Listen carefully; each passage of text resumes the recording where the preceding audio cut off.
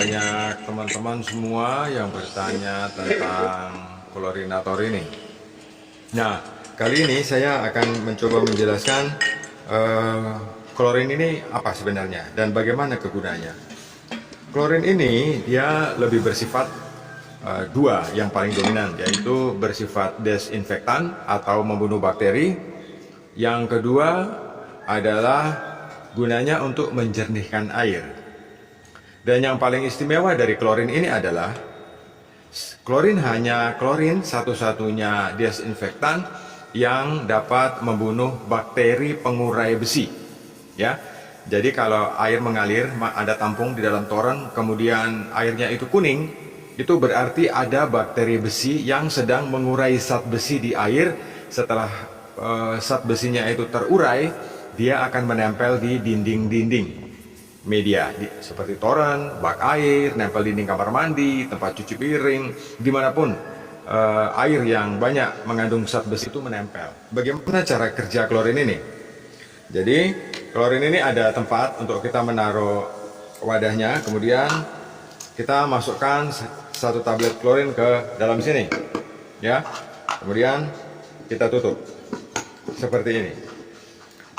Setelah klorin berada di dalam, di sini ada tangkai yang berbeda. Ketika keran ini dibuka, berarti saluran ini menjadi saluran primer. Jadi air masuk dari sini, in, mengalir lurus ke klorin, kemudian out. Ya, dengan efek ini, bau klorin akan berlebih. Oleh sebab itu, saya membuat satu bidang atau aliran secondary flow menuju yang secara terpisah, sehingga saya bisa mengatur keluaran klorin yang sesuai dengan takaran yang diperbolehkan oleh laboratorium dinas kesehatan. Jadi kalau keran ini dalam operasional saya tutup, ya, aliran yang semula jadi primary ini dia menjadi secondary, kemudian yang belok ini menjadi primary, air akan belok ke sana. Bagaimana klorin bisa terhisap ke dalam air? Ya, prinsip kerjanya persis seperti sebuah sedotan. Kalau air ini mengalir ke sana, berarti pada saluran pipa yang tengah ini mempunyai energi hisap. Karena aliran ini mengarah ke sana, akhirnya dia akan menghisap pipa yang semula primary, yang sekarang menjadi secondary ini, menuju ke aliran berikutnya.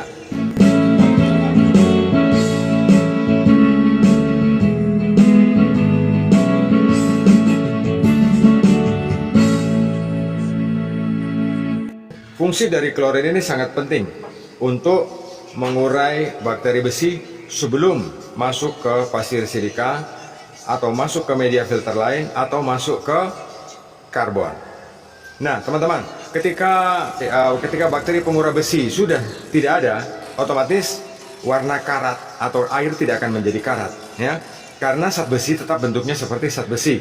Dia akan tertahan di pasir atau di filter yang khusus untuk zat besi, atau bisa tertahan di karbon. Ya, itu gunanya klorinator. Jadi secara dominan klorinator atau klorin ini punya dua fungsi yang paling utama. Yang pertama adalah untuk membunuh bakteri pengurai besi yang menyebabkan air berkarat, dan yang kedua adalah berfungsi sebagai desinfektan. Ayo kita ngopi dulu. Kalau Anda tidak menggunakan saluran sekunderi yang ini, ya, yang sekunderi yang ini tidak dipakai, dilangsungkan begini, ada kendalanya. Kalau sudah menggunakan metode ini, walaupun karbon Anda sudah mau expire waktu pakainya, dia tidak terlalu memberikan dampak efek bau.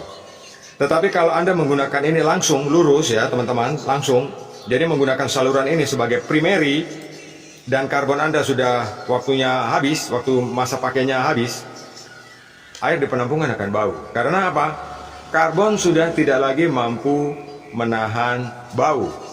Berarti bukan hanya bau klorin, ya, bau tanah juga dia sudah tidak mampu menahan.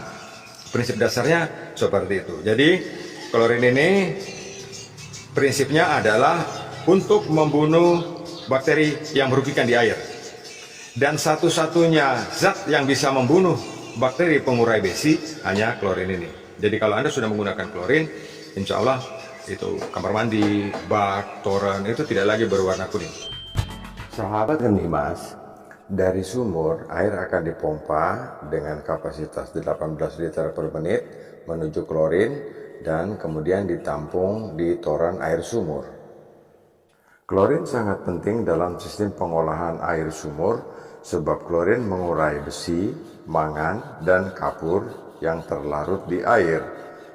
Selain itu, klorin juga berfungsi sebagai desinfektan. Artinya, klorin membunuh bakteri merugikan di air. Besi, kapur, dan mangan yang terurai oleh klorin akan mengendap di dasar toren penampungan air sumur. Dan selanjutnya dengan pompa air akan melewati makro dan mikrofilter, kemudian menuju ke ultraviolet dan akan ditampung menjadi air baku.